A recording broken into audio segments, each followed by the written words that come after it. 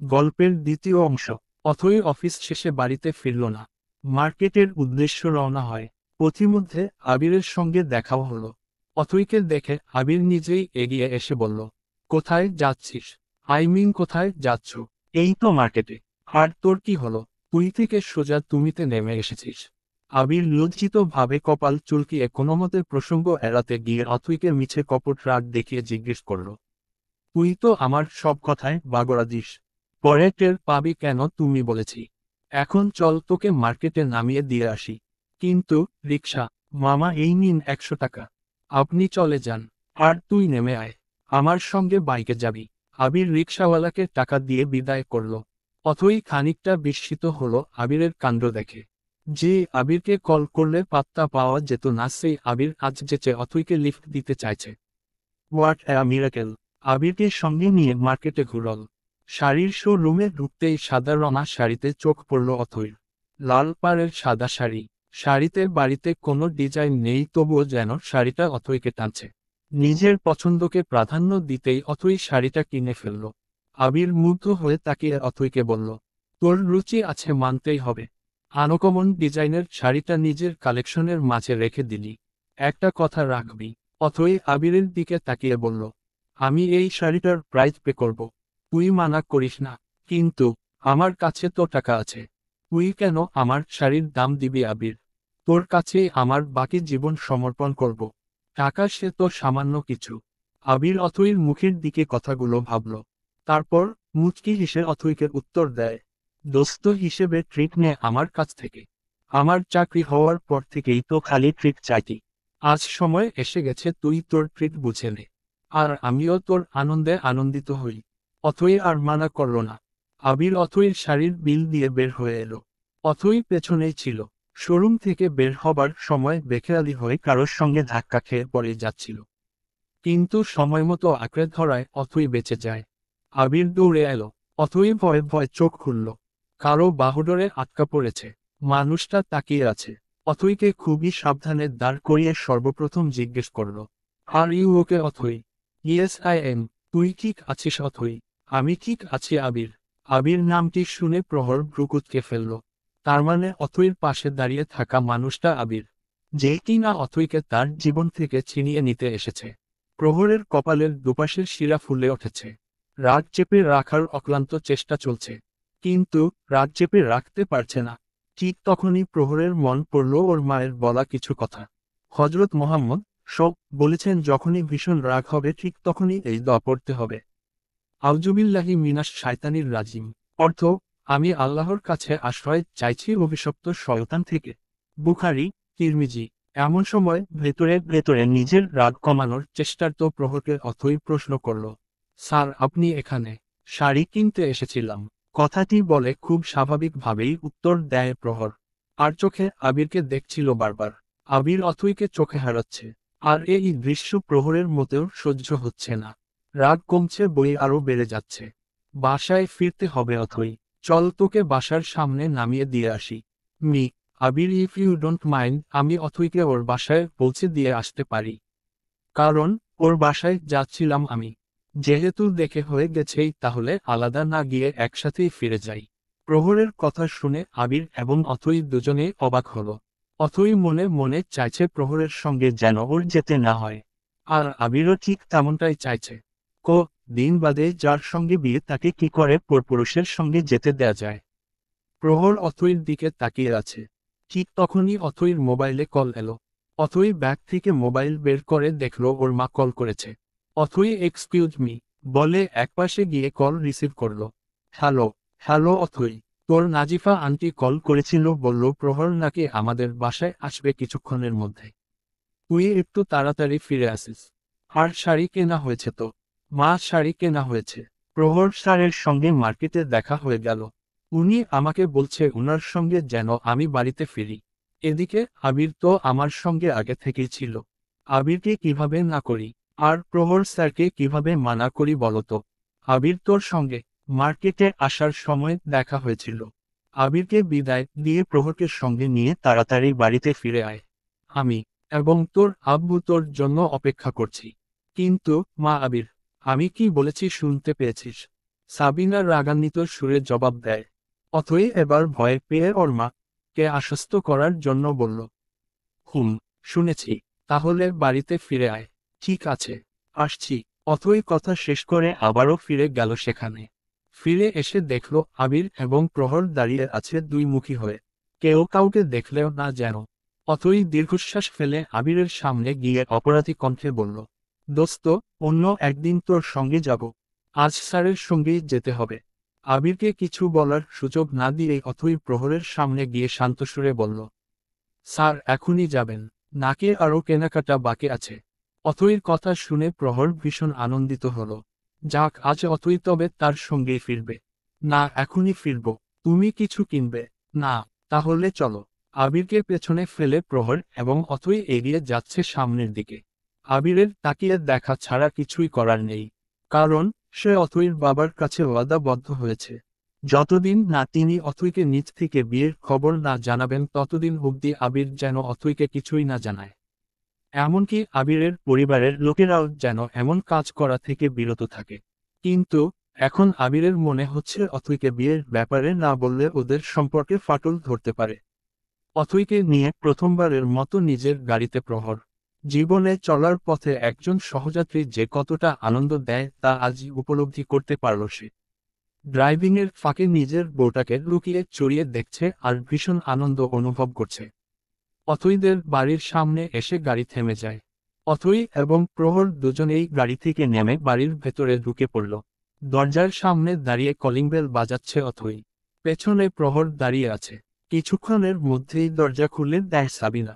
অথইর পেছনে দাঁড়িয়ে থাকা প্রহরকে দেখে সাবিনা খুশিতে আত্মহারা। ওদের দুজনকে ভেতরে আসতে বলে অতি দ্রুত রান্নাঘরে প্রবেশ করল সাবিনা। অথই আগে ওর পেছনে পেছনে প্রহর ভেতরে প্রবেশ করল। ড্রয়িং রুমে এসে অথই প্রহরকে বলল, স্যার আপনি বসুন, আমি আসছি। ওকে। অথই অতি দ্রুত ওর ঘরে চলে এলো। গোসল করা দরকার। ওয়াশরুম গিয়ে চটজলদি গোসল শেষ করে কালো এবং লাল মিশেলের থ্রি পিচ পরে নিল। ওয়াশরুম থেকে বের হয়ে মাথায় খুব ভালো করে ওড়না জড়িয়ে বেরিয়ে এলো রুম থেকে। ড্রয়িং রুমের সামনে আসতেই দেখতে পেল ওর আব্বুর সঙ্গে হেসে হেসে কথা বলছে প্রহর। অথই অবাক হলো প্রহরের আচরণ দেখে। গত 2 মাসে সে একবারও প্রহরকে হাসতে দেখেনি। কিন্তু আজ প্রহরের হাসিমাখা মুখটাকে দেখলে কে বলবে অফিসের লোকটা একেবারে ডাকাতি ভাব নিয়ে চলে।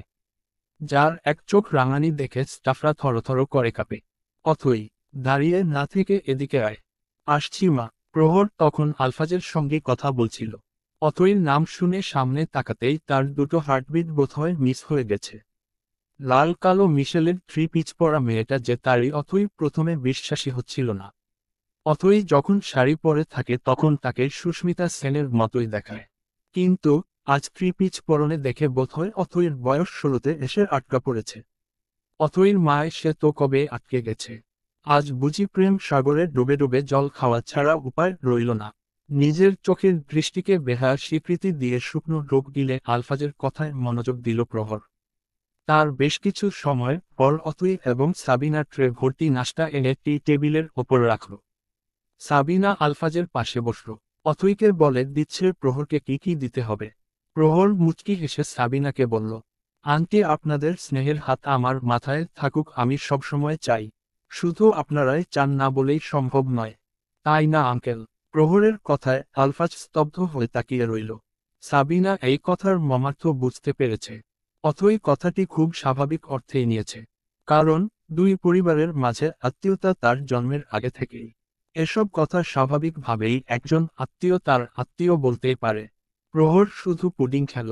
সাবিনা আরও কিছু দিতে চাইলে প্রহর মানা করে দেয়। সাবিনা হাসতে হাসতে অথইকে ডাক দিয়ে বলল, তোর মতো প্রহরেরও কিন্তু পুডিং পছন্দ। অথই আর চোখে তাকালো প্রহরের দিকে।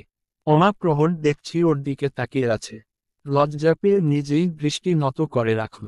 এর মাঝেই আলফাজ অথইকে উদ্দেশ্য করে বলল, আগামীকাল তোদের অফিস থেকে নাকি সবাই ট্যুরে যাচ্ছে। তুইও যাচ্ছিস শুনলাম। হ্যাঁ আব্বু, সবাই একসাথে যাব, ঘুরবো ফিরবো, লাল পাহাড়ের দেশ থেকে ঘুরে আসব। কথাগুলো বলার সময় অথইকে ভীষণ উৎফুল্ল দেখায়।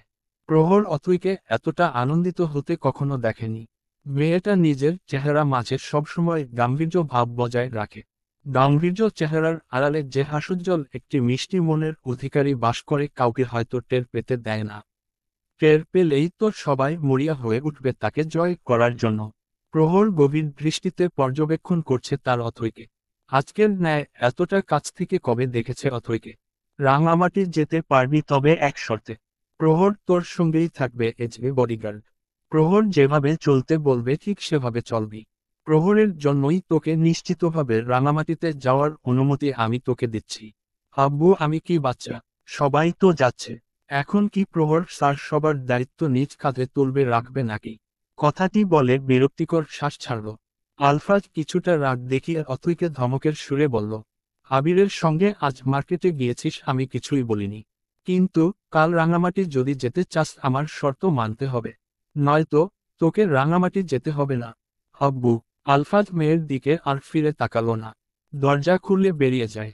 অথই নিজেও উঠে চলে যায় ঘরে। ড্রয়িং রুমে কেবল সাবিনা আর প্রহর রয়ে গেছে। বাপ বেটির রাগ সমাচার দেখে ভেতরে ভেতরে হেসে খুন হচ্ছে সাবিনা। রাগের মাত্রা খুব বেশি না, কিন্তু বিপদসংকেত নয় নাম্বার চলছে।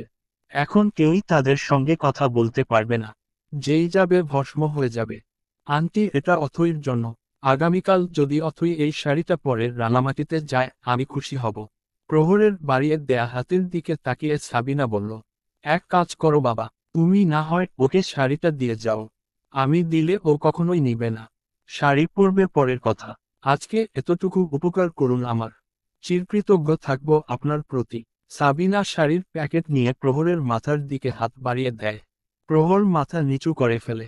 সাবিনা প্রহরের মাথায় হাত বুলিয়ে স্নেহ জড়ানো গলায় বলল, যে পরীক্ষায় অংশ নিয়েছ আমি চাই তুমি সর্বোচ্চ নাম্বার পেয়ে পাশ করো। প্রহর হাসল। বিদায় নিয়ে চলে যাচ্ছিল। ঠিক তখনই অথই ওর রুম থেকে বের হয়ে বলল, স্যার আমি আপনার কথা মেনে চলব। আপনার সাথে সবসময় থাকব। কোনো প্রকার ঝামেলায় জড়াব না। Trust me. প্রহর অথইর কথাগুলো শোনার পর সাবিনাকে উদ্দেশ্য করে বলল, আন্টি আগামীকাল অথইকে অফিস পাঠানোর দরকার নেই।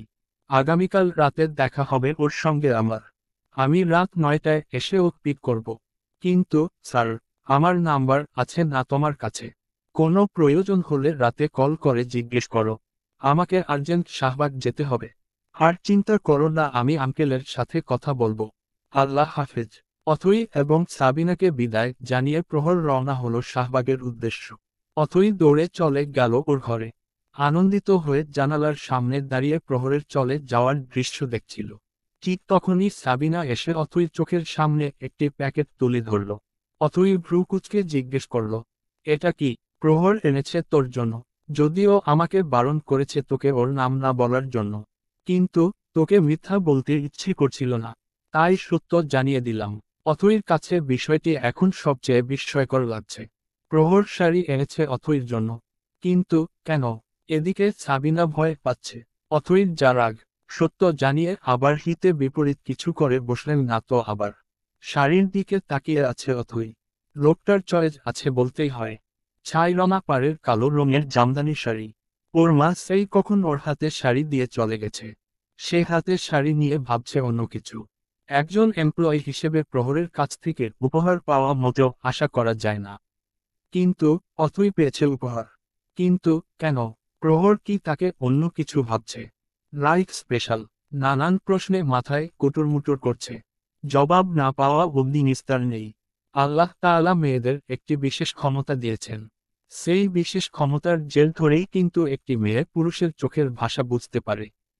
100 মানুষের ভিড়ে দাঁড়িয়ে থাকা একটি মানুষ যদি তাকিয়েও থাকে সেটাও তারা বুঝে ফেলে। কোন চোখে লালসা আর কোন চোখে ভালোবাসা সবটাই তারা অনুমান করতে পারে। অথই শাড়িটা খাটের ওপর রাখল। তারপর মোবাইল বের করে প্রহরের নাম্বারে কল করল। প্রহর তখন শাহবাগ চত্বরে দাঁড়িয়ে ওর বন্ধু মুয়াজের সঙ্গে অফিস ট্যুরের ব্যাপারে আলাপ করছিল। মোবাইলের রিংটোনে আলাপে ব্যাঘাত ঘটালো। প্রহর এক্সকিউজ মি বলে মোবাইল হাতে নিয়ে দেখল স্ক্রিনে বউ নামটির সঙ্গে অথইর ছবি ভেসে উঠেছে। প্রহরের হৃদয়ে হুট করে প্রলয়ঙ্কারী জ্বর উঠে। যেই ঝড় প্রহরকে কেবল নিঃশেষ করতে এসেছে। ভালোবাসা নামক ঝড়ে প্রহরের কতখানি ক্ষতি হবে জানা নেই। কপালে জমে থাকা বিন্দু বিন্দু ঘাম টিস্যুর সাহায্য মুছে ফেলল। কল রিসিভ করে কানের কাছে ধরল। তারপর মৃদু কণ্ঠে বলে উঠল, হ্যালো, অথই। শাড়ি কেন দিয়েছেন আমায়? অথইর কাট গলায় বলা কথাগুলো শুনে প্রহর শুকনো গলায় জবাব দেয়। আন্টিকে আমি বারণ করেছিলাম তোমাকে জানাতে। মা আমাকে কখনোই মিথ্যা বলে না। আজও বলেনি। একজনের উপহার নিজের নামে চালিয়ে দেয়া বদস্বভাব আমার মায়ের নেই। অথই আমার কেন জানি মনে হলো শাড়িটা তোমায় দারুণ মানাবে। কোনো কিছু না ভেবেই কিনে ফেলেছি। অবশ্যই আপনি ভেবেই কিনেছেন। পুরুষ মানুষ একজন নারীকে শুধু শুধু শাড়ি উপহার দিবে কেন? আপনার মনের মধ্যে কোনো অসৎ ভাবনা কাজ করছে না তো আমার জন্য? ছি অথই, তুমি আমাকে এতটা খারাপ ভাবো? আপনি কাজটাই করেছেন ওরকম।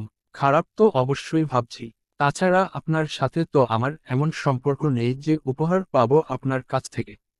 যদি বলি আমি তোমায় পছন্দ করি, সেই পছন্দের জোরেই তোমাকে শাড়ি উপহার দিয়েছি, তাহলে কি বলবে তুমি? প্রহরের কথা শুনে মোবাইলের ওপাশে থাকা অথইর কাছে বিস্ময়কর লাগছে।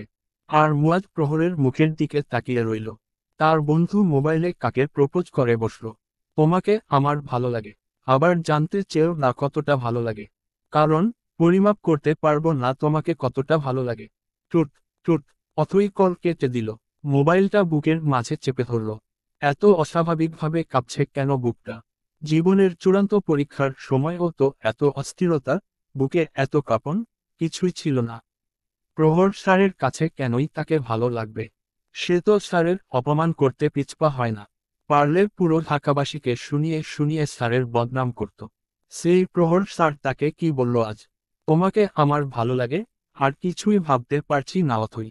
মোবাইলটা ড্রেসিং টেবিলের ওপরে রেখেই অথই কাঁথা মুড়ি দিয়ে বিছানায় শুয়ে পড়ল।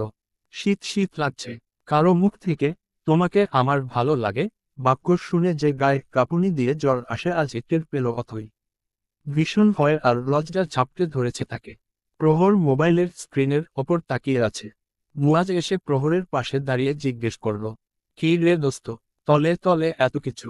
মোবাইলে প্রপোজ অব্দি করে ফেলেছিস?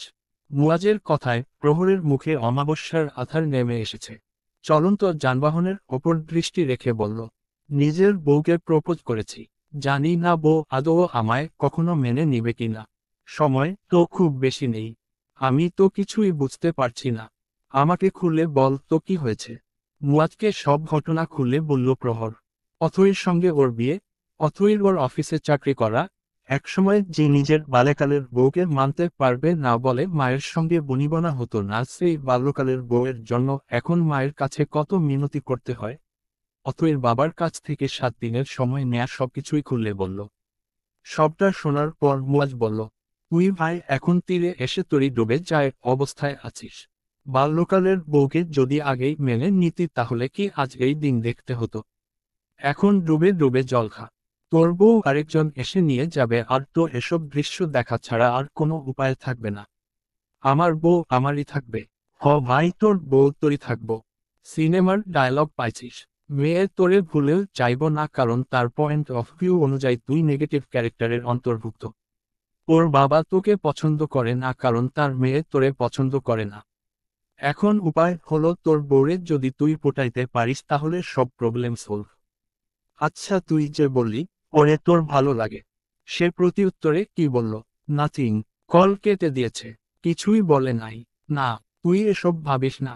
আমি জানি আমার বউকে কি করে আমার কাছে ফিরিয়ে আনতে হবে। তুই বাসায় যা, আগামীকাল সময় মতো চলে আসিস।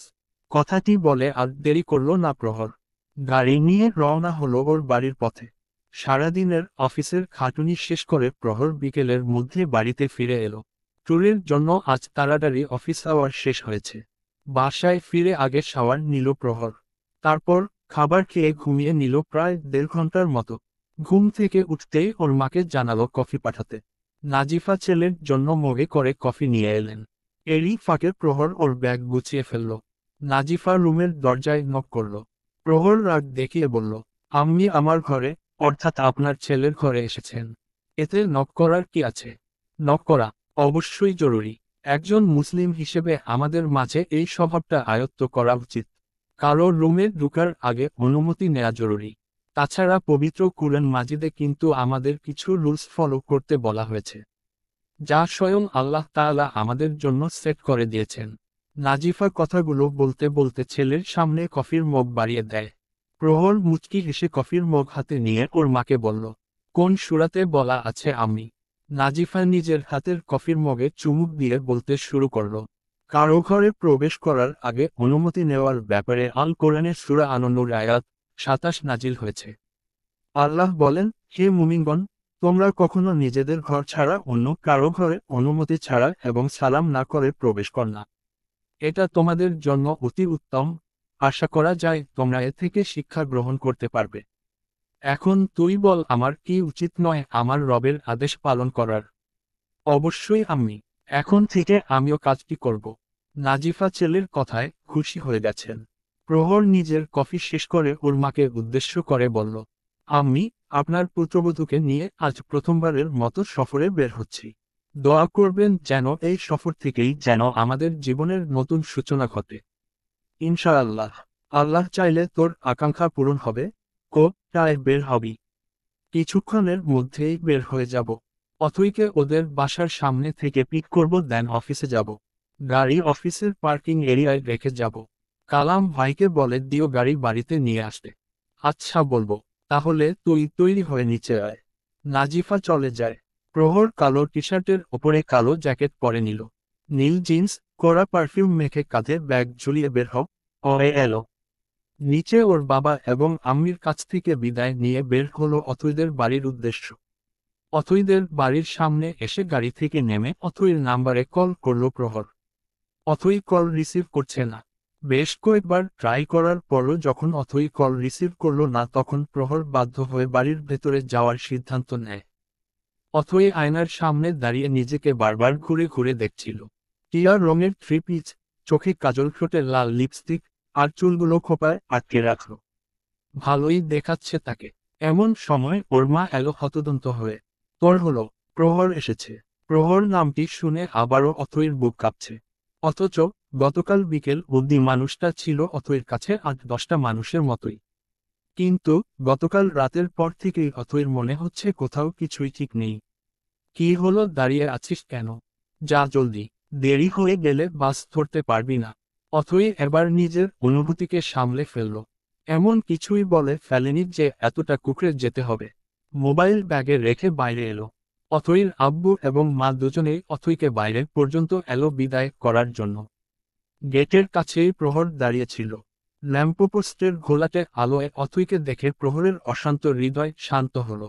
আজ টিয়া পাখি সেজে মাথায় আগুন ধরানোর সাজে এলো তার বউ। আল্লাহ জানে আজ কজনের কুদৃষ্টিতে পড়বে তার প্রিয়া। অথই যখন প্রহরের কাছাকাছি এলো তখন ভীষণ শান্ত দেখালো। অন্যান্য দিনের তুলনায় খানিকটা ব্যতিক্রমী অথইকে আজ আবিষ্কার করল প্রহর। তোমাকে বিশ্বাস করে অথইকে এত দূরে পাঠানোর সাহস পেয়েছি। দুশ্চিন্তা করবেন না আঙ্কেল। আমার শরীরের এক ফোঁটা রক্ত থাকা অবধি আমি অথইকে রক্ষা করব। আলফাজ মনে মনে ভীষণ খুশি হলেন প্রহরের কথায়।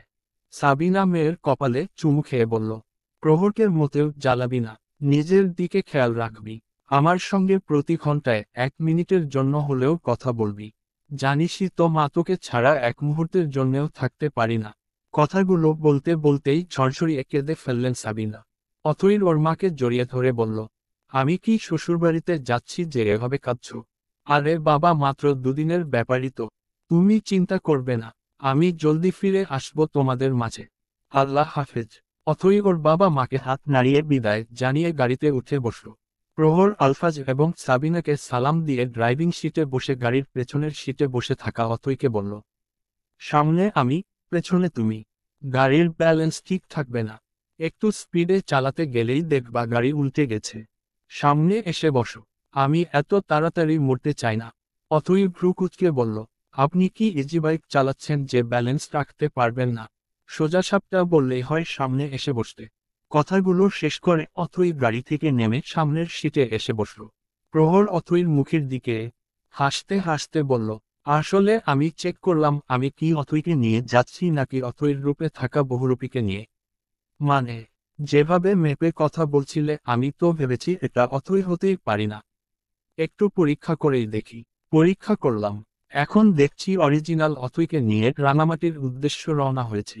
প্রহরের কথা শুনে অথই রেগে যাবার কথা, কিন্তু অথই রাগ করল না। উল্টো মুখ ঘুরিয়ে জানালায় দৃষ্টি রেখে চলন্ত যানবাহনের দিকে তাকিয়ে আছে। আজ কেন যেন প্রহরের সঙ্গে রেগে কথা বলতে ইচ্ছে করছে না। অফিসের সামনে চলে এসে দেখলো বাস এসেছে মোট 5টা। সবাই যার যার মতো বাসে বসে আছে। একটি বাস কেবল বড় বড় কর্মকর্তাদের জন্য। সেই বাসেই প্রহর যাবে আর এমপ্লয়িদের জন্য বরাদ্দকৃত 4টি বাসের একটিতে করে অথই যাবে। প্রহর অথইকে গাড়ি থেকে নামিয়ে বলেছিল ওর জন্য অপেক্ষা করতে। গাড়িটা অফিসের ভেতরে পার্ক করে চলে আসবে সে। প্রহর অফিসের ভেতরে চলে যায় গাড়ি নিয়ে। আর অথই অপেক্ষা করছে প্রহরের জন্য।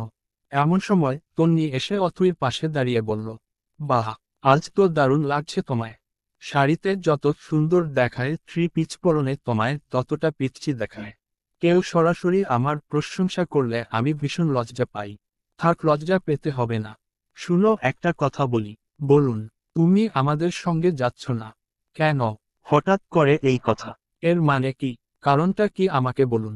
অথই উত্তেজিত হয়ে প্রশ্ন করছে তন্নিকে।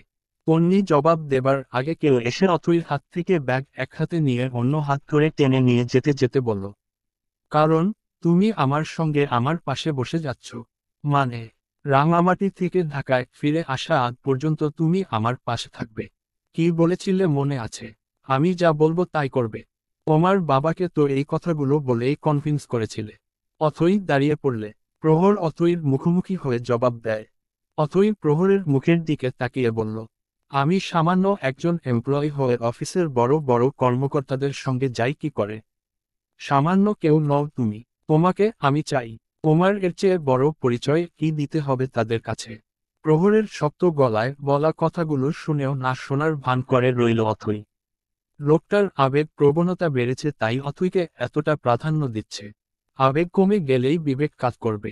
প্রহরের হাতের বাঁধন থেকে নিজের হাত ছাড়িয়ে নিল। প্রহর প্রতিবাদ করল না। ধীরে ধীরে এগিয়ে যায় বাসের দিকে। বাসে উঠে নিজেদের সিটে বসে পড়ল। অথই জানালার পাশের সিটে বসল। প্রহর ওর পাশে বসল না। বাস থেকে নেমে কোথাও চলে গেল। অথই মেকি হাসি দিয়ে আনমনে বলল, বড় লোকেদের ভালোবাসা সবসময় লোকের আড়ালে উপচে পড়ে। তাদের সমকক্ষ নয় এমন মানুষদের ভালোবেসে যায় আড়ালে আবডালে। প্রহরও তার ব্যতিক্রম নয়। আড়ালে তাকে কতটা চোখে হারালো আজ। আর এখন তার সে পাশে নেই। তাকে একা বসিয়ে চলে গেছে কোথাও। হয়তো তার প্রিয়তাদের কাছে গিয়েছে, যারা প্রহর বলতেই জ্ঞান হারায়। পানি, বিস্কুট, চিপস এগুলো নিয়ে এলাম। যদিও রাতে আমার খিদে পায় না, তবুও কিনে রাখলাম। অথই, আর কিছু কেনা লাগবে তোমার জন্য? জানালার দিকে তাকিয়েছিল অথই।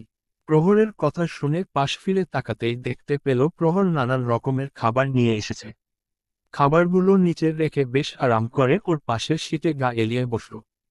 অথই প্রহরের দিকে তাকিয়ে প্রশ্ন করল, আপনি কোথায় গিয়েছিলেন? পানি আর খাবার কিনতে গিয়েছিলাম। এইমাত্রই তো বললাম তোমাকে। প্রহর খানিকটা অবাক হলো অথইর কথায়। অথই নিজেই নিজের কাছে লজ্জিত বোধ করছে। কি না কি ভেবে এতক্ষণ লোকটাকে মন্দ কথা বলছিল। অথই লজ্জা আর সংকোচ উভয়ের রোষানলের শিকার হয়ে প্রহরের সঙ্গে স্বাভাবিক হতে পারছে না। জানালার দিকে তাকিয়ে রইল। ধীরে ধীরে বাসের প্রত্যেকটা সিট মানুষের পরিপূর্ণতা পেল। ঠিক 10টা বাজতেই অফিসের সামনে দাঁড় করিয়ে রাখা সবকটা বাস নিজ গন্তব্যের উদ্দেশ্যে রওনা দেয়। বাস চলছে। প্রহর তাকিয়ে আছে অথইর দিকে। অথই দৃষ্টি জানালাতে। ঢাকার শহর তখন নিজেকে লাল নীল হলদে আলো গায়ে মাখিয়ে রেখেছে। সেই রঙিন আলোতে প্রহর দেখছে তার অথইকে। অফিসের সবচেয়ে চটপটের স্বভাবের দুরন্ত বালিকা অথই এখন কতটা শান্ত হয়ে বসে আছে। কেউ না দেখলে বিশ্বাস করতে চাইবে না। অথইর ষষ্ঠ ইন্দ্রিয় বলছে প্রহর ওর দিকেই তাকিয়ে আছে। অথইর ইচ্ছে হলো চট করে প্রহরের দিকে তাকিয়ে ওকে অপ্রস্তুত অবস্থায় ফেলে দিতে। কিন্তু নিজেকে আজ প্রহরের সামনে ধরা দিতে ইচ্ছা করছে না। প্রহরের চোখের দিকে তাকাতে সাহস পাচ্ছে না। প্রহরের চোখের দৃষ্টিমতেও স্বাভাবিক নয়। কি যেন খুঁজে বেড়ায় তার মুখের দিকে তাকিয়ে। অথই। প্রহরের ডাক শুনে অথই চোখ বন্ধ করে ফেলল। পর মুহূর্তে দ্বিতীয় ডাক পড়ল। এবার নিজেকে সামলে অথই প্রহরের দিকে তাকালো। প্রহর অথইকে কিছু বলতে গিয়েও থেমে যায়। অথই কি কাঁদছে? কিন্তু কেন? তড়িঘড়ি করে অথইকে আদুরে গলায় প্রহর জিজ্ঞেস করল, কি হয়েছে অথই? কাঁদছ কেন? আচমকা প্রহরের প্রশ্ন শুনে অথই স্থির হল। ডান হাত দিয়ে চোখ স্পর্শ করল। ভেজা চোখ। কাঁদছিল কখন? কি হলো বলছো না কেন? চোখে কি যেন পড়েছে? জানালা বন্ধ করে দিন, ময়লা ঢুকবে না আর চোখে। কথাটি বলেই প্রহরের কাছ থেকে নিজেকে সরিয়ে ফেলল। প্রহর দীর্ঘশ্বাস ছাড়ল, জানালার দিকে তাকিয়ে দেখল জানালা বন্ধ। এসি বাসে কি আর জানালা খোলা থাকে? অথচ অথই অকপটে জিজ্ঞাসা করল যে জানালা খোলা ছিল তাই চোখে ময়লা ঢুকেছে। ব্যাপারটা আর ঘাটল না প্রহর। অথইকে নিজের মতো করে ছেড়ে দিল। রাত 1:45। বাস থেমেছে রেস্তোরাঁর সামনে। বাস থেমে গেছে। বাস থামার তীব্র ঝাঁকুনি খেয়ে ঘুম ভাঙল অথইর। নিজেকে আবিষ্কার করল একটি চাদরের আড়ালে। পাশের সিটে তাকাতেই দেখতে পেল প্রহরের মুখখানা। কি মনে করে প্রহরের মুখের দিকে তাকিয়ে রইল। রেস্তোরাঁর বাতিগুলোর আলো এসে প্রহরের মুখের ওপর পড়েছে। সেই আলোর সাহায্য অথই আবিষ্কার করল প্রহর একজন সুদর্শন যুবক, যাকে এক দেখায় যে কোনো মেয়ে পছন্দ করবে। গাল ভর্তি খোঁচা খোঁচা দাড়ি, জোড়াভ্রু, যুগলের নিচে ঘন আঁকি পল্লব। হুট করেই অথইর নিজের কাণ্ডে ভীষণ লজ্জা পেয়ে দূরে সরে বসল। যদিও দূরত্ব ছিল কেবল 5 থেকে 6 ইঞ্চি। অথই, জি স্যার। প্রহর স্যারকে ডেকে তুল। বিরতির সময় কিন্তু খুব বেশি নেই। ইশতিয়াক নেমে যায়। অথই ধীরে ধীরে প্রহরকে ডাক দিল। প্রহর অথইর ডাক শুনে ঘুম থেকে জেগে উঠল। আশেপাশে তাকাতেই যখন বুঝতে পারল বাসে কেউ নেই, তখন অথইকে জিজ্ঞেস করল, সবাই কোথায় গিয়েছে? বাস বিরতি দিয়েছে। আপনি কি বাইরে যাবেন? আমি এখনই বের হব। বসে থাকতে থাকতে পা ধরে গেছে। মাত্র 3 ঘন্টায় বলছো পা ধরে গেছে? এখনো অনেক পথ বাকি আছে। প্রহর মুচকি হেসে সিট থেকে উঠে দাঁড়ালো, খেয়ার মুখ থমথম করছে। প্রহর যে তাকে খোঁচা দিয়ে কথাটি বলেছে খুব ভালো করেই বুঝতে পারছে। কিন্তু এখন ঝগড়া করার সময় নয়। অথই মুখ কালো করেই প্রহরের পেছনে পেছনে বাস থেকে নেমে এলো। রেস্তোরাঁর ভেতরে প্রবেশ করে প্রহর অথইকে নারীদের জন্য বরাদ্দকৃত ওয়াশরুম দেখিয়ে দিয়ে চলে গেল পুরুষদের ওয়াশরুমের দিকে। অথই খুব দ্রুত নিজের কাজ শেষ করে হাত মুখ ধুয়ে ওয়াশরুম থেকে বের হয়ে এলো। দরজার কাছে এসে প্রহরকে দেখতে পেল অথই। অথইকে দেখে প্রহর বলল, সবাই খিচুড়ি এবং মাংস ভুনা খাচ্ছে। তুমি কি খাবে? এত হেভি খাবার খেতে পারবো না। আপনি বরং দেখুন না রুটি বা পরোটা আছে কিনা। এত রাতে পাবো কিনা সন্দেহ আছে। আচ্ছা দেখি। প্রহর চলে গেছে। অথই বসে রইল আগের জায়গায়। 5 মিনিট অতিক্রম হবার আগেই প্রহরের পেছনে একজন ওয়েটার, হাতে খাবার প্লেট।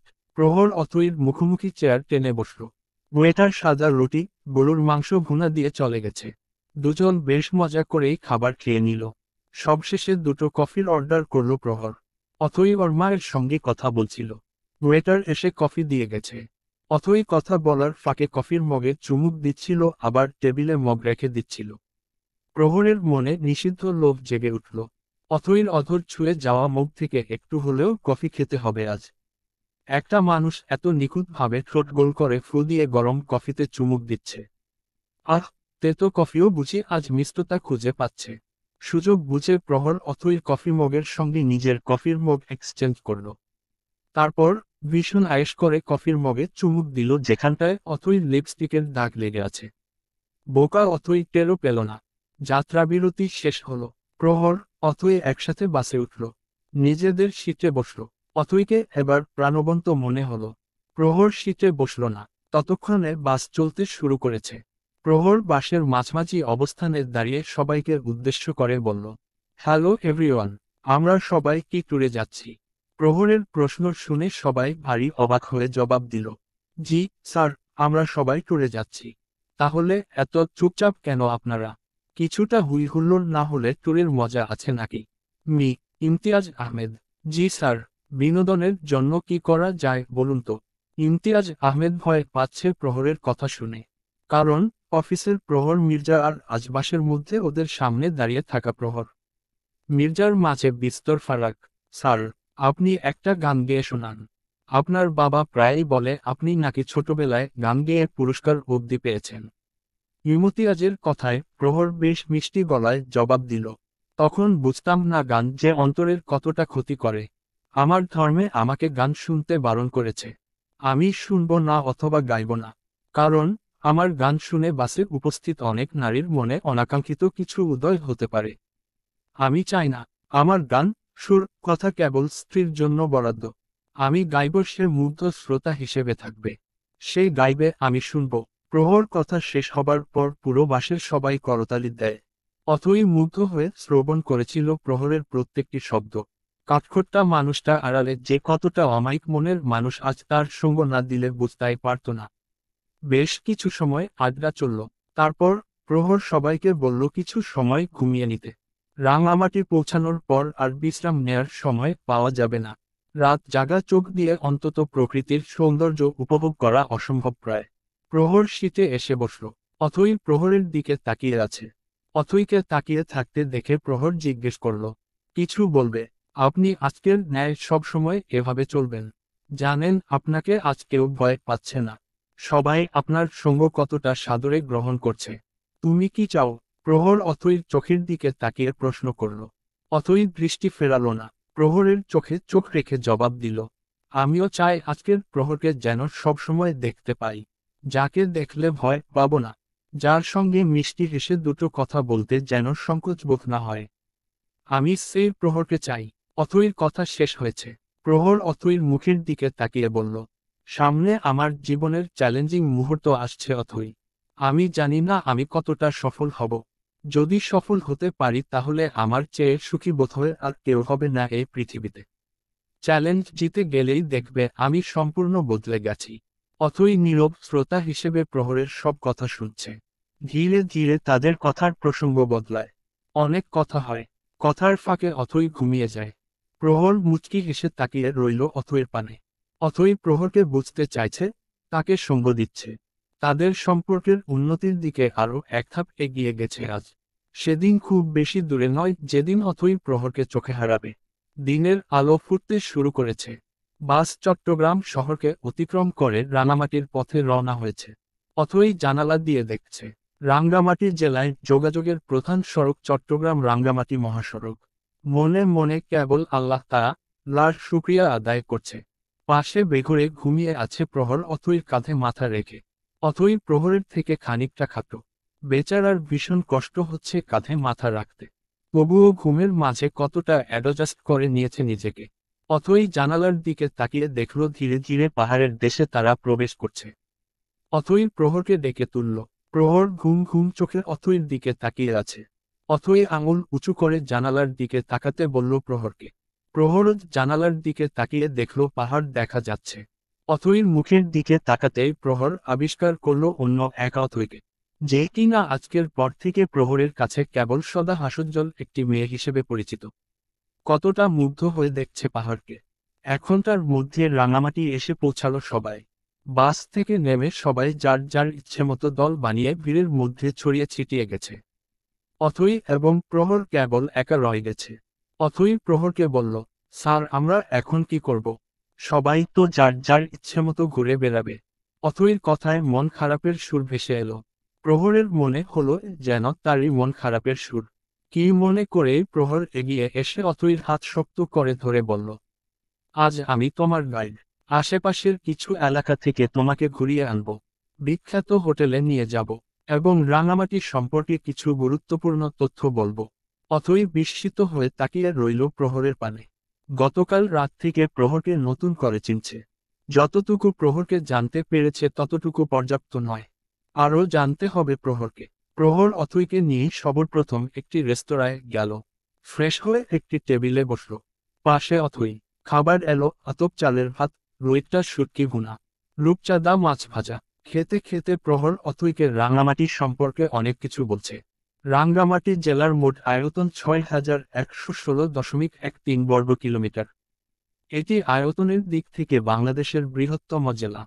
রাজধানী ঢাকা থেকে জেলার দূরত্ব প্রায় ৩০৮ কিলোমিটার এবং চট্টগ্রাম বিভাগীয় সদর থেকে প্রায় ৭০ কিলোমিটার।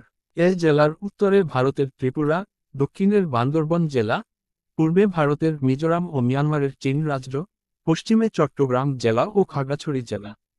এটি বাংলাদেশের একমাত্র জেলা যার সাথে ভারত ও মিয়ানমার দুটি দেশেরই আন্তর্জাতিক সীমানা রয়েছে। রাঙ্গামাটি জেলার প্রধান নদী কর্ণফুলী। এই নদী ভারতের লোসাই পাহাড় থেকে উৎপন্ন হয়ে রাঙ্গামাটির উত্তর-পূর্ব সীমান্ত দিয়ে থেগা নদীর মোহনা হয়ে অঞ্চলে প্রবেশ করেছে। কর্ণফুলী নদীর উপনদীগুলো হল কাচালং, মাইনি, চেঙ্গি, থেগা, সলক, রায়খম। এছাড়া এ জেলায় রয়েছে বাংলাদেশের বৃহত্তম কাপ্তাই হ্রদ। এই উপনদীগুলো বর্ষাকালে যথেষ্ট খরস্রোতা থাকলেও শুষ্ক মৌসুমে নাব্যতাসহ পানির পরিমাণ প্রায় থাকে না। রাঙামাটি জেলার সর্বোচ্চ গিরিশৃঙ্গ থামনাং, উচ্চতা 2409 ফুট বা 734.26 মিটার, বরকল উপজেলায় অবস্থিত।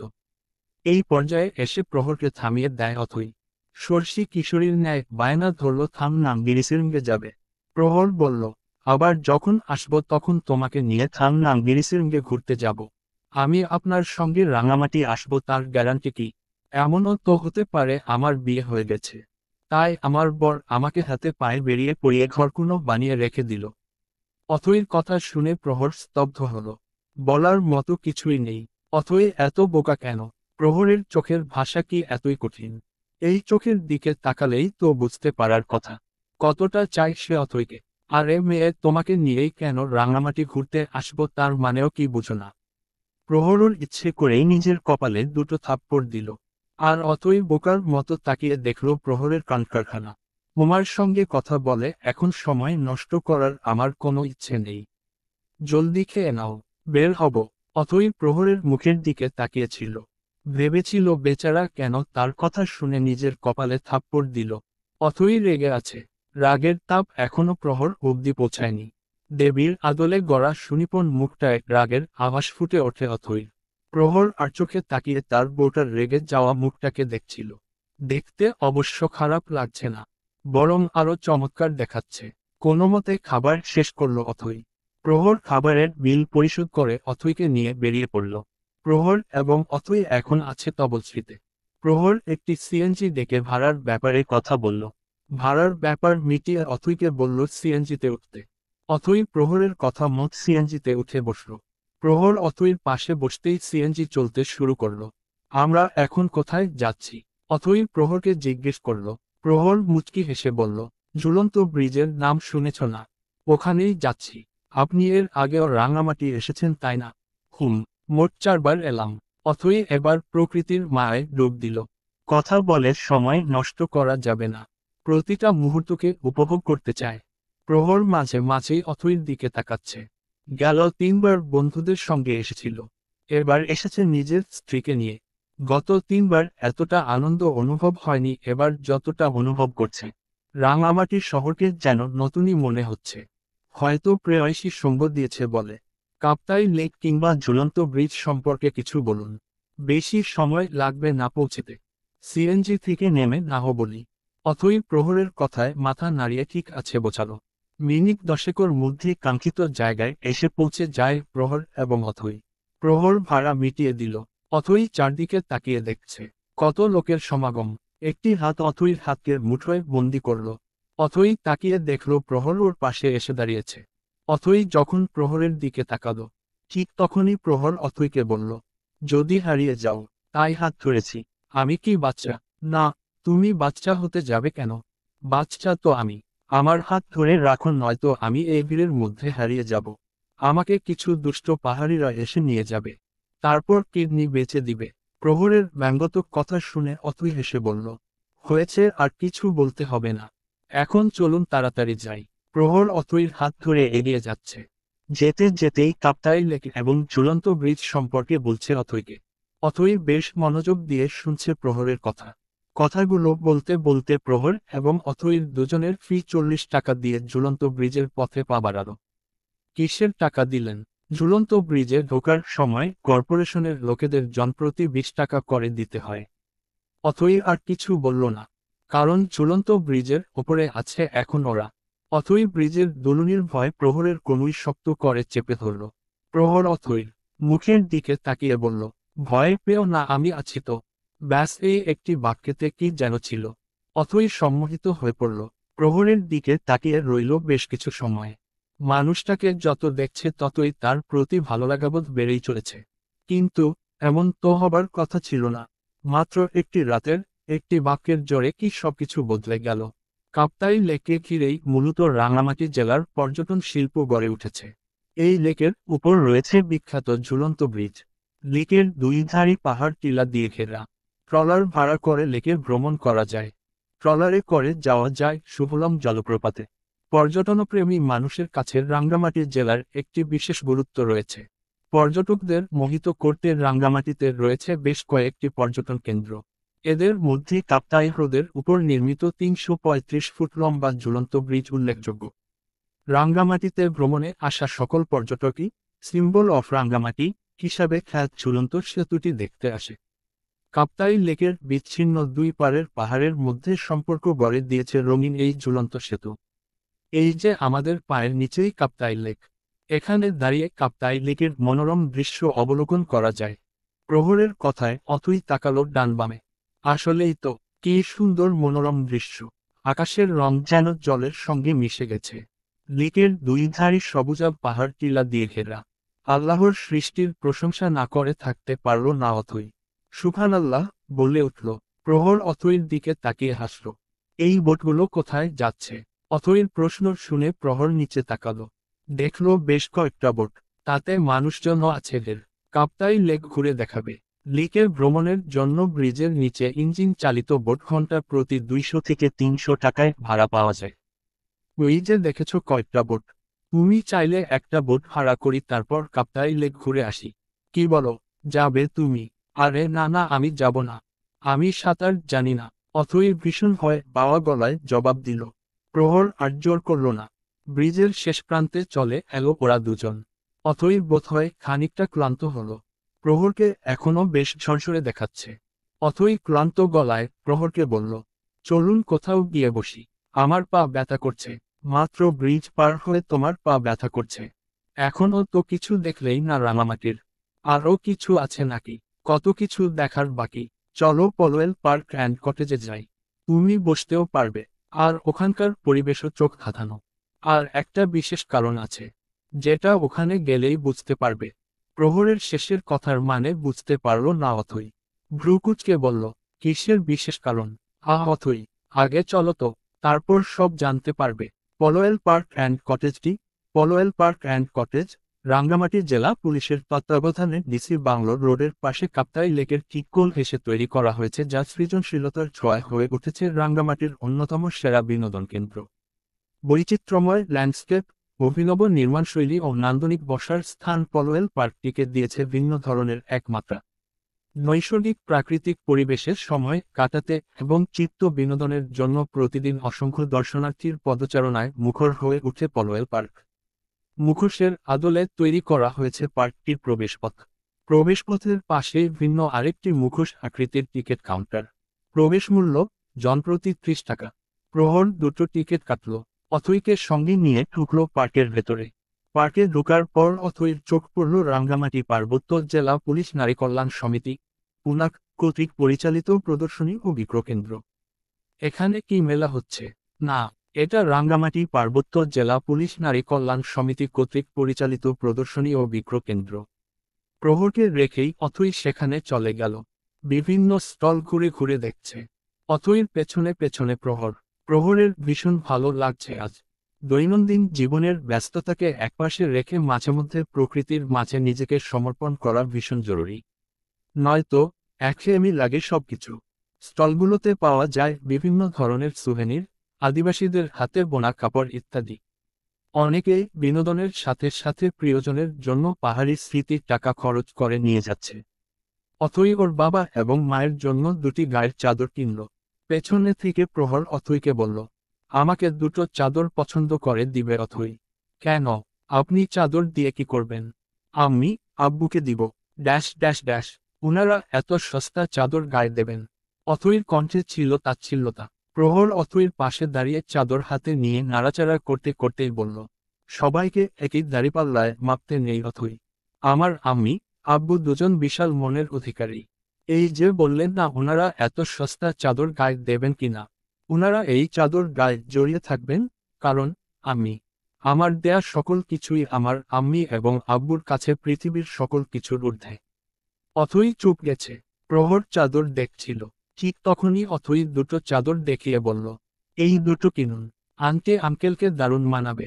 প্রহর মুচকি হেসে অথইকে ধন্যবাদ জানালো। অথই হাসি বিনিময় করল। চাঁদেরও টাকা পরিশোধ করে প্রহর অথইকে নিয়ে সামনের দিকে এগিয়ে যাচ্ছে। অথই দেখল শিশুদের বিনোদনের জন্য আছে কিডস জোন। শিশুদের আনন্দ দিতে এই পার্কে বিভিন্ন রকম রাইডের ব্যবস্থা রয়েছে। বাঙালির জীবনের সাথে মিশে থাকা গ্রাম বাংলার ঐতিহ্য তুলে ধরতে কিডস জোনের অপর প্রান্তে তৈরি করা হয়েছে ডেকিঘর আদলের একটি স্থাপনা। গ্রামের নারীদের ডেকিতে ধান ভানার এই ভাস্কর্য গ্রামীণ জীবনের কথা মনে করিয়ে দেয়। এই ভাস্কর্যের স্থাপত্য শৈলী এতটাই সুনিপুণ, প্রথম দেখায় মনে হতে পারে বাস্তব কোনো দৃশ্য দেখছেন। অথই মুগ্ধ হয়ে তাকিয়ে দেখছিল সেসব ভাস্কর্য। এরই ফাঁকে প্রহর অথইর আড়ালে অথইর বেশ কয়েকটা ছবি তুলে রাখল। কিডস জোন থেকে সামনে এগিয়ে যাওয়ার পর দেখতে পেল রাস্তার পাশে বসার জন্য কিছু বেঞ্চ তৈরি করা আছে। এখানে বসার পর প্রহর অথইকে ইশারা দিয়ে দেখালো কাপ্তাই লেকের মনোরম দৃশ্য, যা এখানে বসেই চোখে পড়ে। সামনে যতদূর দৃষ্টি যায়, লেকের অথই জলের সীমানা দূরের আকাশে গিয়ে মিশেছে। আকাশ আর লেকের নীলের মাঝে পাহাড়গুলো যেন সীমারেখা হয়ে আছে। এর ঠিক পেছনেই তৈরি করা আছে কলসি কাঠের নারী ভাস্কর্য। তাদের কলসের প্রবাহমান পানিতে তৈরি হয়েছে ঝর্ণা। দিনের আলো নিভে গেলে কৃত্রিম আলোয় এই ঝর্ণা আরও মোহময় হয়ে ওঠে। এত সুন্দর কেন রাঙামাটি? আমাদের সৃষ্টিকর্তার সৃষ্টি বলে কথা। আর কি কি আছে পার্কে? এখান থেকে কিছুটা এগুলেই চটপটি আর ফুচকার দোকান পাবে। অনেকটা খোলা জায়গা জুড়ে চেয়ার টেবিল পেতে বসার ব্যবস্থা। ফুচকা আর চটপটি প্রেমীরা কাপ্তাই লেকের সৌন্দর্য দেখে আর ফুচকা খেয়ে বিকেলটা এখানে কাটানো যায়। আরও একটু সামনের সিঁড়ি দিয়ে নিচে নামলে পলোয়েল ক্যাফেটেরিয়া। মুখরোচক খাবারের সাথে আইসক্রিম আর কফিও পাওয়া যাবে এখানে। ক্যাফেটেরিয়া থেকে সামনে এগোলে ফিশিং পিয়ার। ফিশিং পিয়ার হচ্ছে এমন একটা স্তম্ভ বা প্ল্যাটফর্ম, যেটা উপকূল থেকে শুরু হয়ে লেক, নদী, সমুদ্রের যেখানে পানির গভীরতা অনেক বেশি, এমন দূরত্ব পর্যন্ত বিস্তৃত থাকে। আসলে জাহাজ, বড় নৌকাগুলো পানির গভীরতা কম থাকায় তীরে ভিড়তে পারে না। তাই পানি গভীর থাকে সব সময়। উপকূল থেকে এমন দূরত্ব পর্যন্ত ফিশিং পিয়ার তৈরি করা হয়, যেন জাহাজ, নৌকাগুলো সহজেই সেখানে ভিড়তে পারে এবং নমর ফেলে অবস্থান করতে পারে। এখানে দাঁড়ালে কাপ্তাই লেকের দৃশ্য বেশ ভালোভাবে উপভোগ করা যায়। পলোয়েল পার্কের একেবারে শেষ প্রান্তে তৈরি করা হয়েছে লাভ পয়েন্ট। লাভ পয়েন্ট নাম শুনেছি আমি। আমার বেস্ট ফ্রেন্ড শিলা ওর স্বামীকে নিয়ে গতবার এসেছিল রাঙামাটি। তখন ওরা লাভ পয়েন্ট গিয়ে ছবি তুলে সামাজিক যোগাযোগ মাধ্যমে পোস্ট অবধি করে। যাবে লাভ পয়েন্টে? প্রহর হেসেই জিজ্ঞেস করল অথইকে। হাসিটা ভীষণ রহস্যময় মনে হলো অথইর কাছে। পরক্ষণেই মনে হলো যে সবই স্বাভাবিক, শুধু সে নিজেই গোলমেলে চিন্তাভাবনা নিয়ে ঘুরে বেড়ায়। প্রহর এবং অথই দাঁড়িয়ে আছে লাভ পয়েন্টে। অথই: তুমি কি জানো লাভ পয়েন্ট, ভালোবাসার বিন্দু, হলো পার্বত্য চট্টগ্রামের রাঙ্গামাটিতে অবস্থিত একটি ভালোবাসার স্মারক বিশেষ। এটি মূলত এক দম্পতির ভালোবাসার স্মরণে নির্মিত হয়েছে। না তো, আপনি জানেন কিভাবে? আর কাদের স্মরণে এই লাভ পয়েন্ট তৈরি হয়েছে? প্রহর দীর্ঘশ্বাস ছাড়ল। অথইর মুখোমুখি হয়ে দাঁড়ালো। সূর্যের আলো অথইর মুখের ওপরে পড়ছে। তীব্র বাতাসে বেগে এলোমেলো হয়ে যাচ্ছে অথইর চুল। কপাল জুড়ে এলোমেলো হয়ে যাওয়া চুলগুলো অতি যত্ন সহকারে নিজের কানের পিঠে গুজে রাখল অথই। প্রহর অথইর চোখে চোখ রেখে কম্পিত গলায় বলতে শুরু করল, ভালোবাসার মানুষটাকে শক্তভাবে আঁকড়ে রাখতে কত কিছুই না করে প্রিয় মানুষটি। অনেকেই ছুটে যায় গণকের কাছে, কেউ বা শরণাপন্ন হন জ্যোতিষীর। এমনও হাজারো পাগলামির ইতিহাস রয়েছে পৃথিবীতে। কত গল্প উপন্যাসই সৃষ্টি হয়েছে ভালোবাসার এসব পাগলামো নিয়ে। কিন্তু রাঙামাটিতে ঘটেছিল এক যুগলের প্রেমের করুণ পরিণতি। সদ্যবিবাহিত আলাউদ্দিন লিমার আলিঙ্গনে মৃত্যুর সংবাদটি দেশ ছাড়িয়ে বিদেশের মাটিতেও বেশ আলোচিত আলোড়িত হয়েছিল। ঘটনাটি ঘটে 2014 সালের মার্চ মাসের 19 তারিখ। ভাড়া করা নৌকায় যুক্তরাষ্ট্র প্রবাসী পর্যটক আলাউদ্দিন পাটোয়ারি তার সদ্য বিবাহিতা স্ত্রী আইরিন সুলতানা লিমাকে নিয়ে কাপ্তাই হ্রদ ঘুরতে বের হন। হঠাৎ ঝড়ের কবলে পড়েন তারা। ঝড়ে নৌকা দুলে উঠলে লিমা ভয় পানিতে চাপ দেন। স্ত্রীকে বাঁচাতে আলাউদ্দিনও হ্রদ জলে লাফিয়ে পড়েন। কাপ্তাই হ্রদ নিখোঁজ হন তারা। এ ঘটনার পর 2 দিন ধরে ওই দম্পতির খোঁজে পুরো কাপ্তাই হ্রদ চষে ফেলেন ডুবুরি আর উদ্ধারকারী দল। তৃতীয় দিন সকালে রাঙ্গামাটির অন্যতম পর্যটন স্পট ঝুলন্ত ব্রিজের অদূরে হ্রদ ভেসে ওঠে দুজনের মৃতদেহ। একে অন্যকে জড়িয়ে ধরা অবস্থায় ছিলেন তারা। মরণও যেন পারেনি দুজনকে আলাদা করতে। ভালোবাসার এমন বিরল দৃশ্য পার্বত্য শহর রাঙ্গামাটির মানুষকে আপ্লুত করে। শুধু এ দম্পতিই নয়, সারা পৃথিবীর সব প্রেমিক প্রেমিকার চিরন্তন ভালোবাসার প্রতি সম্মান জানিয়ে রাঙ্গামাটির এসপি আলমগীর কবিরের উদ্যোগে এবং পার্বত্য চট্টগ্রাম উন্নয়ন বোর্ডের পরিকল্পনায় নির্মিত হয় লাভ পয়েন্ট। আলাউদ্দিন লিমার ভালোবাসার গভীরতা তাদেরকেও যেন ছুঁয়ে যায়। পৃথিবীতে মানবীর শাশ্বত ভালোবাসার মাহাত্ম্য নতুন করে তারা উপলব্ধি এখন কেউ বা চুপিসারে কেউ বা প্রিয়জনের হাত ধরে লাভ পয়েন্টে ঝুলিয়ে দিয়ে আসে তালা আর চাবি ছুঁড়ে ফেলে হ্রদের জলে। এভাবেই ভালোবাসার মানুষটিকে আঁকড়ে রাখার নিরন্তর চেষ্টায় থাকেন প্রিয় মানুষটি। বেঁচে থাকুক পৃথিবীর সকল ভালোবাসা, পূর্ণতা পাক আলাউদ্দিন লিমার মতো অকৃত্রিম ভালোবাসা। অথৈর চোখে জল চিকচিক করছে, প্রহর অদূর আকাশের দিকে তাকিয়ে আছে।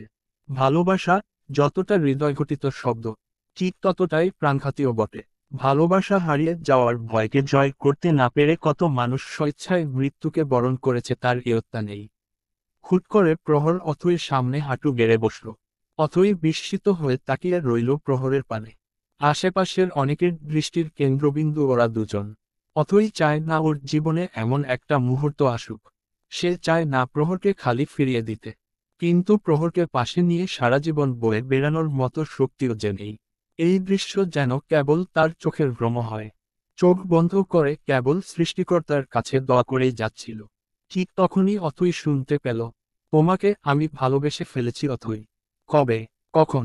মনের অজান্তে অমন অঘটন ঘটে গেছে টেরই পেলাম না। তোমার সঙ্গে চুটিয়ে প্রেম করার স্বাদ আছে আমার। বৈধ প্রেম চাই আমার। উইল ইউ ম্যারি মি আদায়? প্রহর অথৈর সামনে হাঁটু গেড়ে প্রেম নিবেদন করল। আশেপাশের অনেক দম্পতি কিংবা ট্যুরে আসা লোকজন তাদের দুজনকে ঘিরে দাঁড়িয়ে আছে। কেউ কেউ সিটি বাজাচ্ছে। প্রহরের ঠোঁটের কোণে হাসি আর অথৈর চোখের কোণে জল।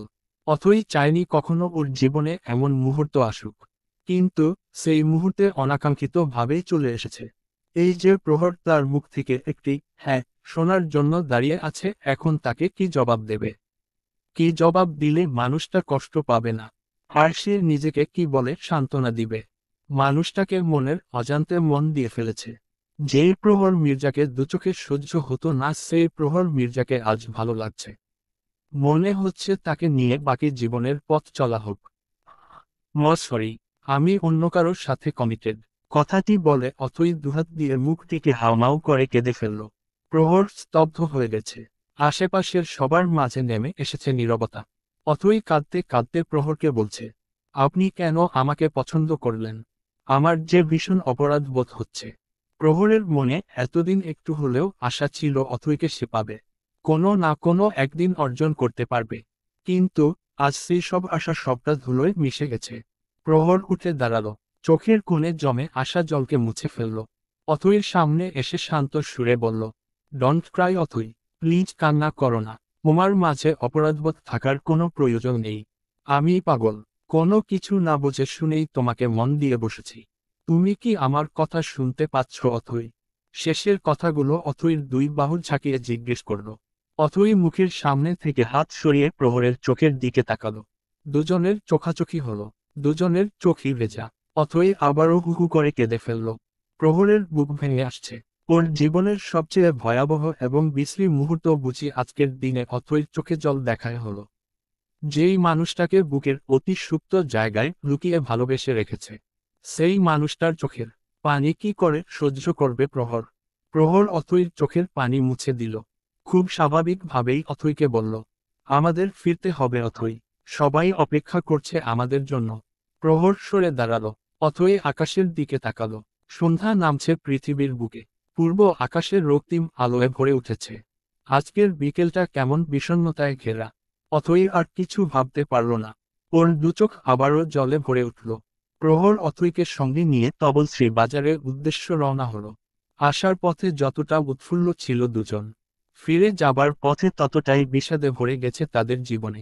প্রহর জানে না অথৈবিহীন জীবন কি করে কাটবে। আর অথৈ ভাবছে কোন বাঁকে এসে পৌঁছেছে ওর জীবন। বাসে ওঠার পর অথৈ ভেবেছিল প্রহর হয়তো ওর পাশে বসবে না, কিন্তু অথৈর ধারণাকে ভুল প্রমাণ করে প্রহর অথৈর পাশের সিটে বসে। অথৈ যখন প্রহরের দিকে তাকিয়েছিল তখন প্রহর অম্লান বদনে বলল, আমাদের দুজনের সফর এইখান থেকে সমাপ্তি হবে। জানি তোমাকে পাবো না, তোমার পাশে বসার এই সুযোগটাকে হারাতে চাই না। শুধু আজকের এই সফরকাল পর্যন্ত আমাকে সহ্য করো। এরপর আর কখনোই তোমাকে জ্বালাতে আসবো না অথই। অথই ওর ভাষা হারিয়ে ফেলেছে। কি বলবে প্রহরকে? কিছু কিছু মুহূর্ত কেন অসহায় করে তোলে একটি মানুষকে। আজকের মতো এত অসহায়বোধ কখনো কি কাজ করেছে অথইর মাঝে? পুরো রাস্তা জুড়ে দুজনের মাঝে কেবল নীরবতা ছিল। যাত্রাবিরতিতে অথই নামল না। প্রহর নেমেছে বাস থেকে। প্রকৃতির মাঝে দাঁড়িয়ে কেবল ফোঁটা চোখের জল ফেলল, চন্দ্রবিহীন বিষণ্ণ আকাশের দিকে তাকিয়ে বলল, আমি আপনাকে ডেকে কখনো নিরাশ হইনি। আমি চাইনি অথই তার বাবা মায়ের সিদ্ধান্তকে সম্মান জানিয়ে আমাকে স্বামী হিসেবে মেনে নিক। আমি চেয়েছি ও আমায় ভালোবেসে গ্রহণ করুক। আমি ব্যর্থ হয়েছি। অথইকে আমি কখনোই পাব না। যদি তাকে নাই পাবো তবে কেন ওর জন্য আমার হৃদয় হাহাকার করে? কেন ওকে পাবো না জানার পর থেকে অস্থির হয়ে যাচ্ছি? আপনি আমাকে এতটাই পর করে দিলেন ইয়া আল্লাহ। আমার মনের কথা কি আপনি বুঝতে পারছেন না? আপনি তো আপনার বান্দার মনের খবর এমনিতেই জেনে যান। প্রহরের চোখের জলে গাল ভিজে যাচ্ছে। যদি জানতো ভালোবাসার তাপে কেবল জ্বলতে হয় তাহলে কখনোই কাউকে মন দেওয়ার দুঃসাহস দেখাতো না। যাত্রাবিরতির পর্ব শেষ হবার পর প্রহর বাসে উঠে এলো। সিটের কাছে আসতেই দেখতে পেল অথই ঘুমিয়ে আছে। খুব সাবধানে সিটে বসল। ঘুমন্ত অথইর দিকে তাকিয়ে প্রহর মনে মনে বলেছে, তোমাকে আর কোনো বাঁধনে আটকে রাখব না। ঢাকায় ফিরে তোমাকে ডিভোর্স দিব। মাস শেষ হতে আর 4 দিন বাকি। 4 দিন পর থেকে তোমাকেও আর দেখতে পারবো না। তোমার চাকরির সময়সীমাও যে শেষ হয়ে আসছে। সকাল 7টায় বিগ ওশান অফিসের সামনে সব বাস এসে থামল। অথইর পাশে প্রহর নেই।